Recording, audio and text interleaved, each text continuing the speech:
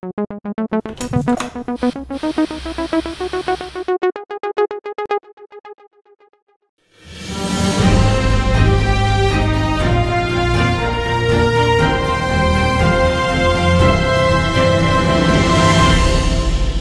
welcome to Nerd Culture. I'm Armand Gutierrez. Today we're at LANDIEGO, and for those of you who don't know, this is I would say the San Diego's #1 underground fighting arcade tournament. I'm Armand Gutierrez. Today with me I have Jonathan, Wasted John. Wasted John. Wasted John, how about you explain to the audience what an underground tournament is? All right, well, I don't know about underground, but basically we're just like a small community of fighting game players. We kind of just get together, hang out, play games, run tournaments, and basically just try to get better for Evo. Yeah. And wait, did you say better for Evil? Evo. Evo. Evolution. Right, the Evo World Tournament. Evil 2. Evil 2. Yeah. So, what tournament are you running today? Right now we're starting Ultra Street Fighter 4. There's some Marvel and some Guilty Gear going on in the background, but mainly just Street Fighter. Yeah. And with Street Fighter 5 coming out, how do you think the meta is going to change, or how do you think the community is going to change with the new mechanics? I think the new mechanics are actually going to draw in a lot more players, like a hell of a lot. Because basically it's an easier game, and it's much easier to get into, whereas before it was a much more challenging game. So with the introduction of kind of easier frames and normals, I think it's going to draw a bigger community together. That sounds great. And as for pretty much your last Street Fighter 4 tournament before 5 comes out, do you think it's reminiscent or a farewell to a game that was around for so long, or do you think it's like, no, we're ready for the new stuff? I think we're ready for the new stuff. I mean, like, we want to see some new stuff. There's some stuff we like. There's some stuff we don't like. I have a personal grudge with focus attacks. I absolutely hate them. I want parries back, but that's just me speaking from a third strike perspective. But I think it's time for some new stuff, new characters. Yeah.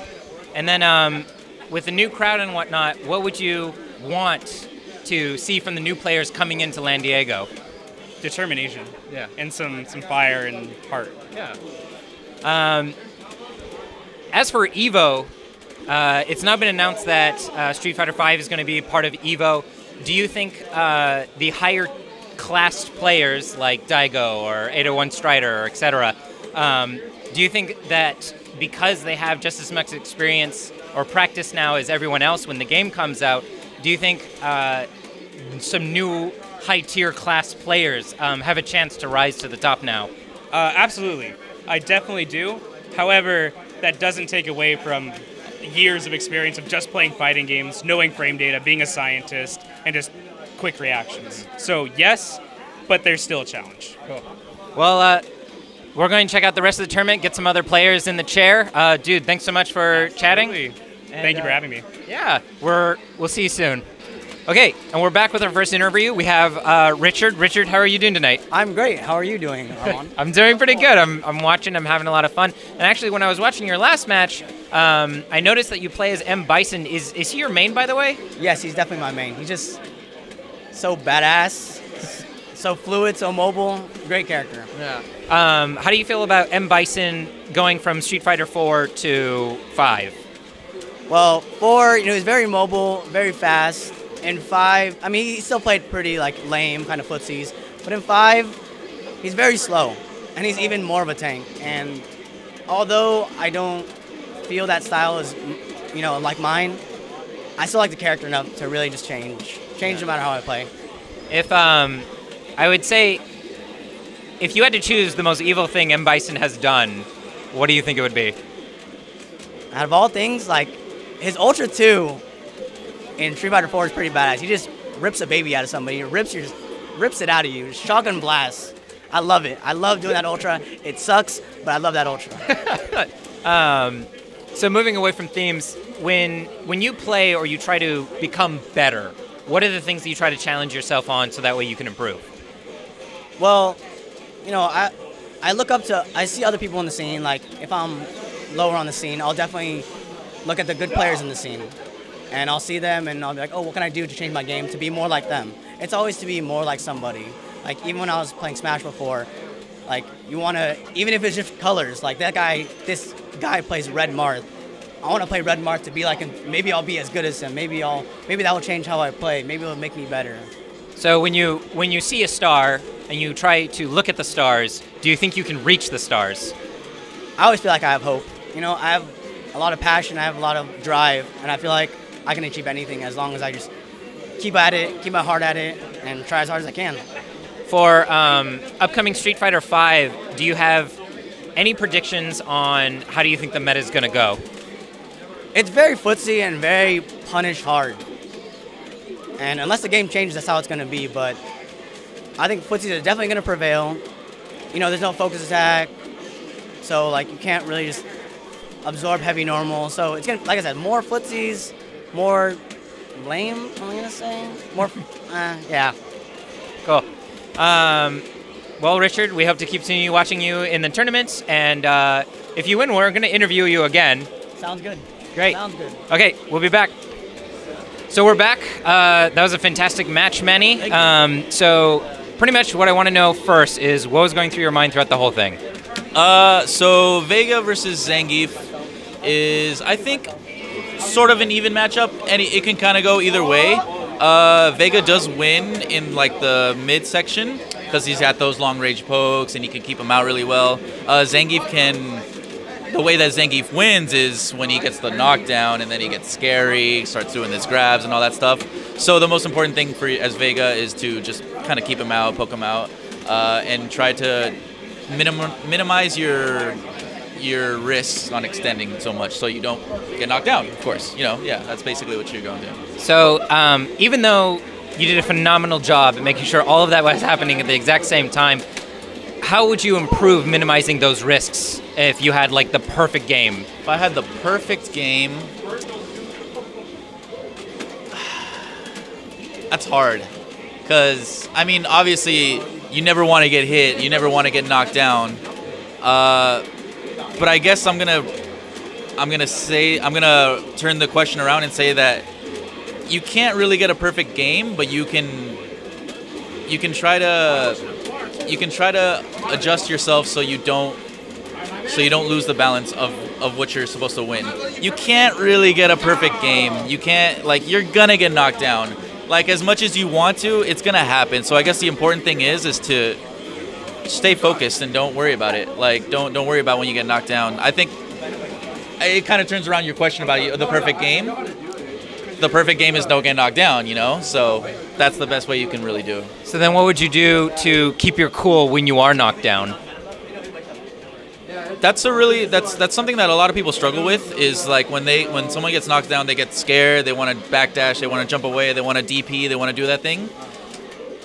Honestly, the best thing I can say is just relax and block. Like, you know, maybe they can grab you, maybe they can do this, but like if you block, it gives you more time to think. Like, you just have to relax. You have to block and just relax and really think. Like, just try not to lose your cool. That's the most important thing is, yeah. When you look back at a match like this, or when you want to try to improve something else, what's your number one thing to try to challenge yourself to become better? Yeah, I always like, a very important thing is that what we do in the San Diego community is that we have a lot of people that record our matches, and I like to look back and see, okay, why did I get knocked down? Oh, was I overextending myself? Was I hitting too many buttons? Was that it? Okay, so that's what happened. I need to go back on like not hitting as many buttons. That's one thing. Or maybe like, how could I improve on more damage that I could have done? Maybe I did like a little light jab into something. Maybe I could have probably done a stronger combo. So just going back and looking where you got your damage from and how you can improve on that.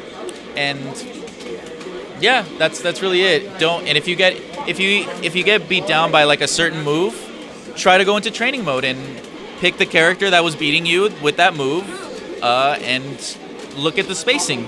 You know, study how far that move goes, and you know, from there you have to learn where to stand. That's the best way to improve, I think, on that.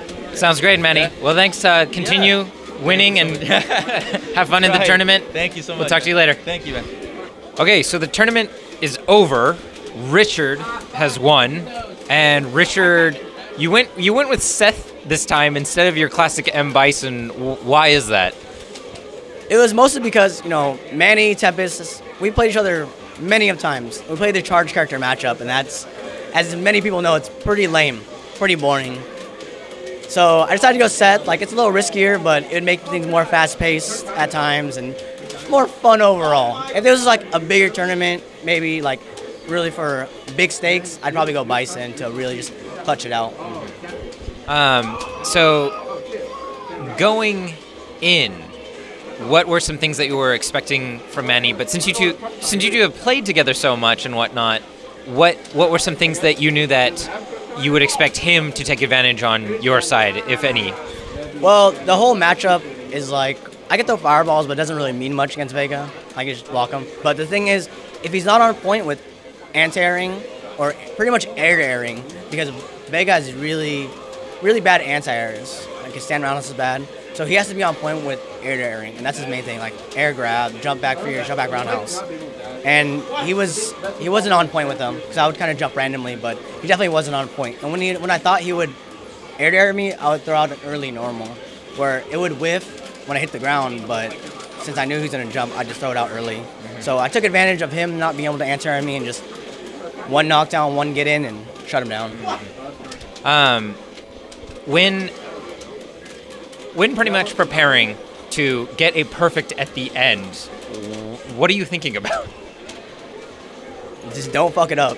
You know, like, I'm like, how much meter do I have? Can I end it with this? Yes, let's end it quick, make it dirty.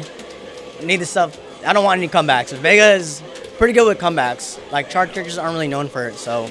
But Vega has a lot of non-charged ways to come back, so I was like, all right, let's end it quick. I don't want him coming back. Manny's known for coming back, so let's finish this right now. How do you keep the momentum and hype up in between games?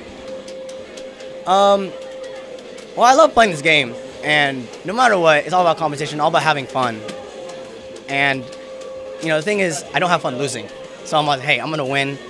I'm going to keep it up, give him my all. I know this guy, or I know how he plays. I know the matchup. You know, go through it in my head real quick and just game plan and go.